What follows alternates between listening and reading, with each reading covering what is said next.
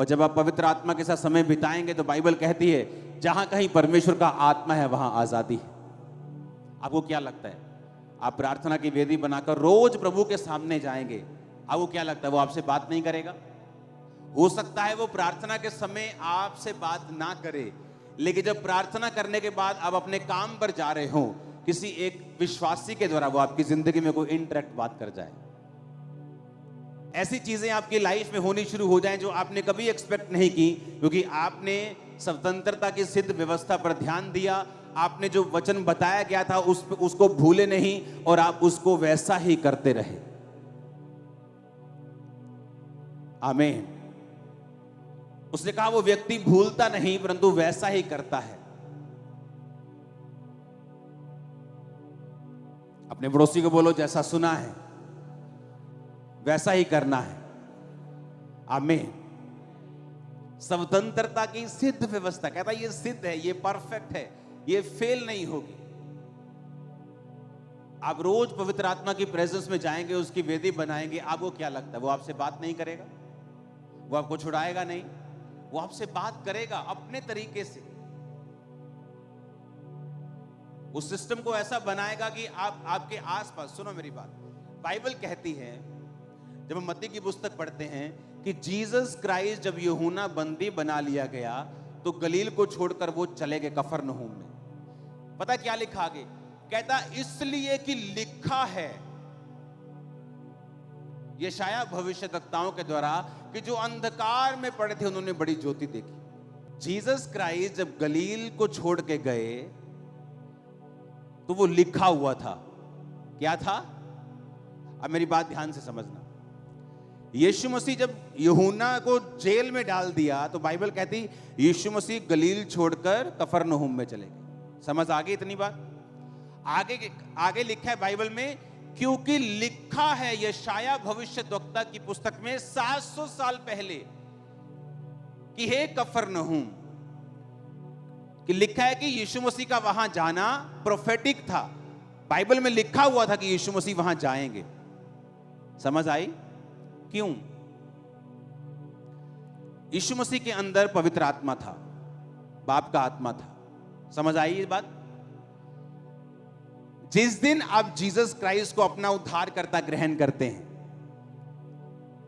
ये बड़ी डीप चीज मैं आपको बता रहा हूं, आपके अंदर परमेश्वर का आत्मा आ जाता है। ओके?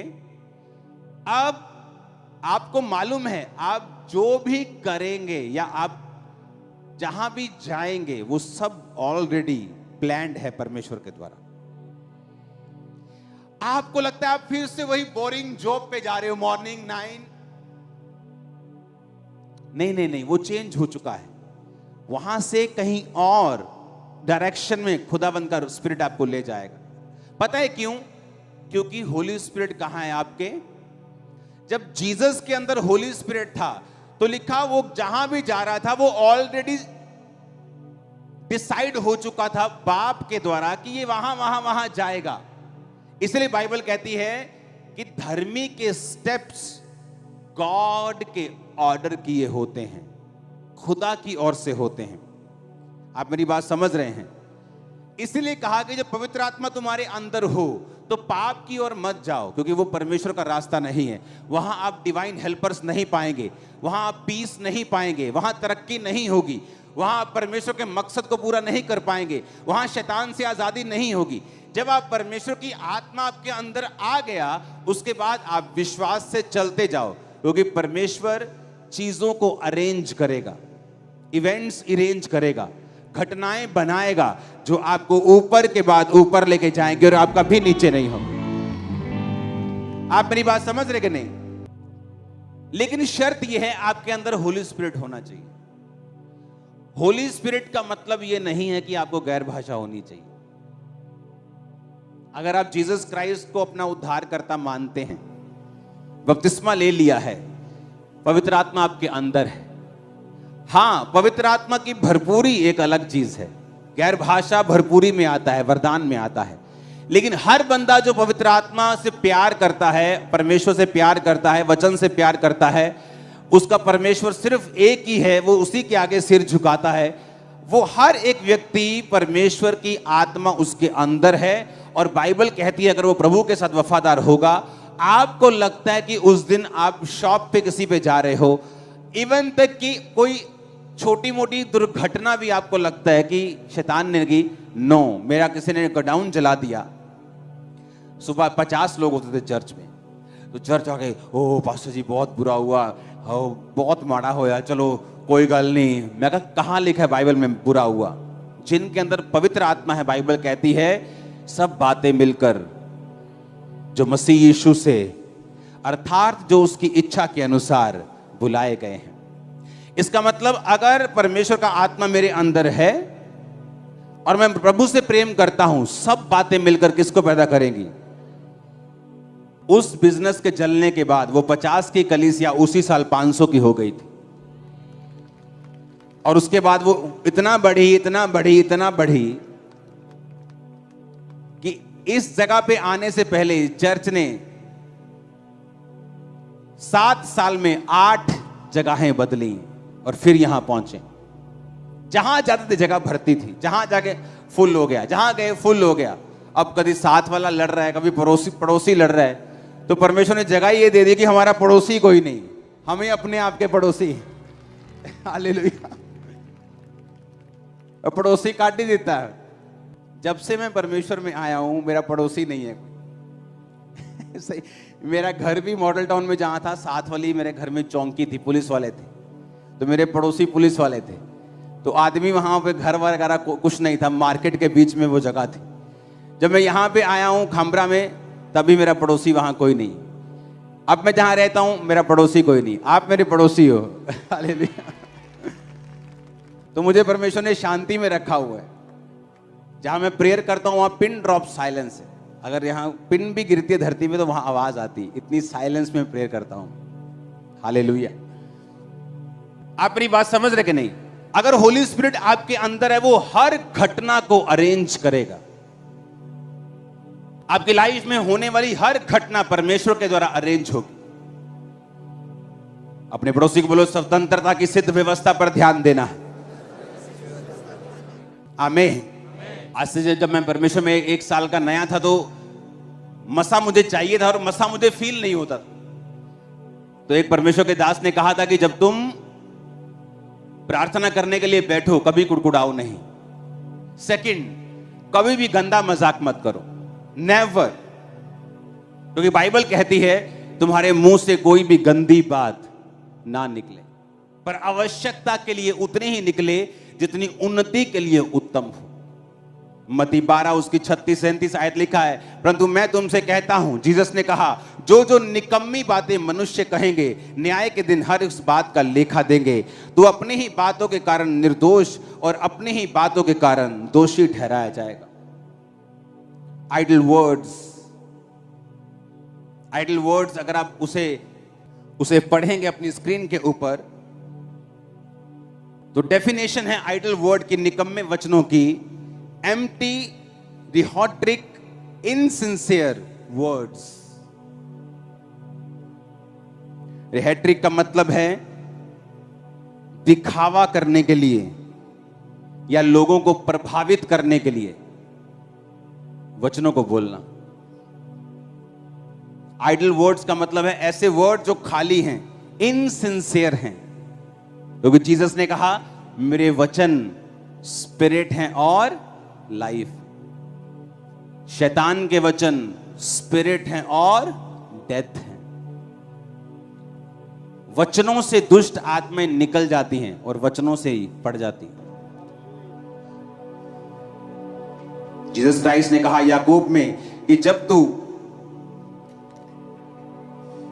कंगाल को अपनी चर्च में आया देखे और कंगाल को बोले चल पीछे बैठ, और अमीर को बोले तू आगे बैठ, तो परमेश्वर ने कहा मेरे घर में कोई कंगाल तो कोई अमीर नहीं, कोई बड़ा और कोई छोटा नहीं, सब एक जैसे हैं। प्रभु के घर में कोई अमीर गरीब नहीं। वहां नहीं बोला जाएगा सेठ जी आ जाइए, आपका न्याय होना है, तो सेठ जी आ रहे हैं और सेठ जी के साथ साथ 2 लोग आ रहे हैं। वहां नहीं होगा। वहां सेठ जी भी ऐसे ही खड़े होंगे, मैं भी ऐसे ही खड़ा होऊंगा और तुम भी ऐसे ही खड़े होंगे। आमीन।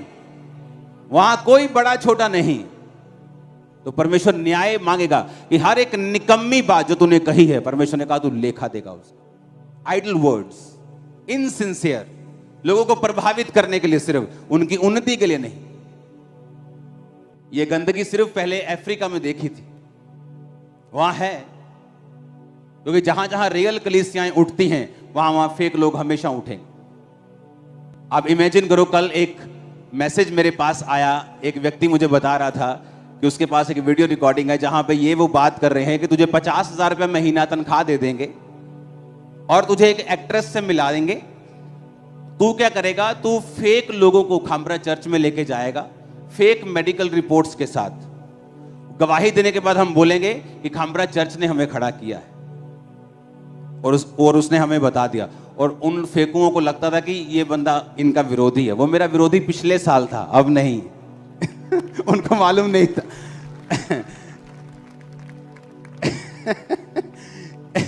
तो हम इतना हंसते हैं ना रोज, आप इमेजिन नहीं कर सकते, इतनी हंसी आती। मैंने कहा चलो एक बारी आके कोई कह दूंगा कि सानू फेक खड़ा किया, मुड़ के जाना किथे है, चांद चंद्रमा थे, यही इथे ही है। टीम में इतनी बड़ी फौज है ना वकीलों की, मतलब पूरा कपड़े उतार देगी पूरी तरह से वो, कि भाई साहब आ जाओ। आप समझ रहे मेरी बात? सच्चाई को जाहिर कर देगी वो, किसी का डर नहीं मुझे। हालेलुया। और मैंने कहा उनको गेम्स आती होंगी, मुझे जीसस आता है। मैं प्रेयर में रहने वाला और उसी पे बिलीव करने वाला हूं। मुझे हंसी आती, मैं हंसता हूं रोज, इतना हंसता मुझे छुपाना पड़ता है कई बार। कैमरे को बोलना चल हट जा। हालेलुया। फिर भी फोटो में खींच लेते हैं चोरी चोरी। हालेलुया। आप इमेजिन करो, और वो बंदा आगे से बोल रहा है कि सर प्रभु के नाम की बदनामी होगी, और आगे वो कह रहा है ओ कोई नहीं देख लांगे, कोई गल नहीं। नाम लेके बोल रहा है वो तेरे साथ है। आप इमेजिन करो, परमेश्वर का कोई भय, कोई डर लोगों में नहीं, 1% भी नहीं, 1% भी नहीं। और आप सोचो कि मैं इन लोगों से अब से नहीं डील कर रहा हूं, जब मेरे मन में था। और जो लोग ऐसे लोगों को सपोर्ट करते हैं ना, मैं पूरी तरह से उनके साथ सहमत हूं, क्योंकि मैं भी कभी उनके जैसा था। मुझे लगता है कि फेक लोग नहीं होते जब तक परमेश्वर ने मुझे एक्सपीरियंस नहीं कराया और मैं एक फेक बहुत बड़े नाम के करीब नहीं गया, और करीब से जाके जब देखा तो मुझे बहुत निराशा हुई। उनका पैसा परमेश्वर है, उनको कोई परवाह नहीं है कि परमेश्वर के सामने गलती करने पर परमेश्वर क्या सोचेगा। उनको यह परवाह है कि लोगों में हमारी इमेज क्या है, उसको सुधारो। लोगों में इमेज सुधरनी चाहिए, परमेश्वर के सामने कोई चक्कर नहीं। इसलिए दाऊद कामयाब रहा और शाऊल गिरा। क्यों? क्योंकि जब शमूएल ने कहा शाऊल तू गलती पे गलती कर रहा है, परमेश्वर अब तेरा राज्य छीन कर किसी और को दे देगा, उसने कहा चलो ठीक है, नीचे मेरे साथ जाएगा ना तो मेरे साथ चलना, कहीं ऐसा ना हो लोगों को लगे कि तुम मुझसे टूट गया है। अभी भी उसे परमेश्वर की चिंता नहीं है, अभी भी उसे ये प्रॉब्लम नहीं है कि परमेश्वर उससे नाराज है। उसे ये दिक्कत है कि लोगों को ना लगे कि शमूएल मुझसे रूठ गया। अभी भी लोगों की परवाह है, परमेश्वर की कोई परवाह नहीं है। और इसीलिए बाइबल कहती है शाऊल लंबा नहीं चला और दाऊद 70 साल के बाद इतना बूढ़ा हो गया। आप देखेंगे इजराइल की हिस्ट्री में कोई राजा नहीं था दाऊद के जैसा, जिसने 70 लड़ाइयां लड़के बिना किसी अपने शारीरिक नुकसान के वो जीवित रहा और उसको हटाया नहीं क्या मार के, राजद्रोह की गोष्ठी करके, बल्कि उसने खुद अपने हाथों से अपनी गद्दी अपने बेटे को दी। आपको कोई राजा ऐसा नहीं मिलेगा। क्यों? क्या दाऊद ने गलती नहीं की उसने गलती, पर उसने अपनी गलती को स्वीकार किया कि प्रभु मुझ पे दया कर, मुझसे गलती हो गई, मुझे माफ कर, मुझे अपना आत्मा दे, अपनी आत्मा को मुझसे अलग ना कर, अब मैं तेरा हूं, मेरी हड्डियों की बेचैनी दूर कर। दाऊद को परवाह नहीं थी लोग क्या कहेंगे, उसको परवाह थी मेरा परमेश्वर मुझसे नाराज नहीं होना चाहिए।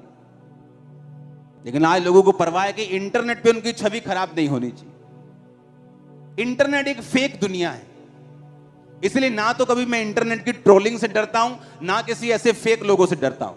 ये एक फेक दुनिया है। यहां पर आप सिर्फ अपना काम करने जाते हैं और उन लोगों तक पहुंच जाते हैं जो जेन्युइन है, अदरवाइज ये एक फेक लाइफ है। मैं इस पे बिलीव नहीं करता हूं। परमेश्वर के सुसमाचार को फैलाने के लिए उसका यूज करो, लेकिन वो ओरिजिनल लाइफ नहीं है। बड़े बड़े भाषण देने वाले अगर आप उनकी फैमिलीज में जाके देखेंगे, आपको महसूस होगा कि इनके लाइफ में परमेश्वर एक रत्ती भर भी नहीं। मैं आपको सच कह रहा हूं, आपको महसूस होगा। एक विश्वासी भी ऐसा अपनी वाइफ के साथ नहीं करता होगा जो ये लोग करते हैं।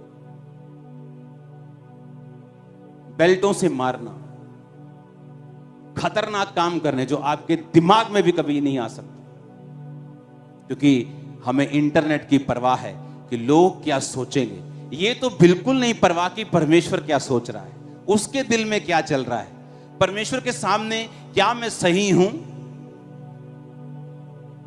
हालेलुया।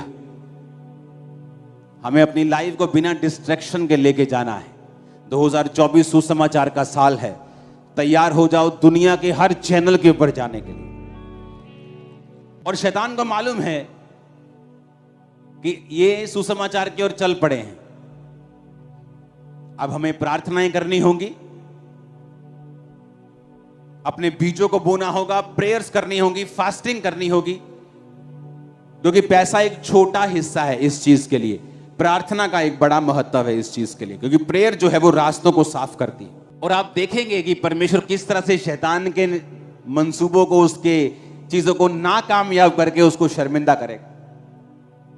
और मैं आपको एक बात समझाना चाहता हूं, ये शुरू से आदत रही है मेरी कि जब आपको परमेश्वर के लिए खड़े होने का मौका मिले, मत डरो, खड़े हो जाओ। अकेले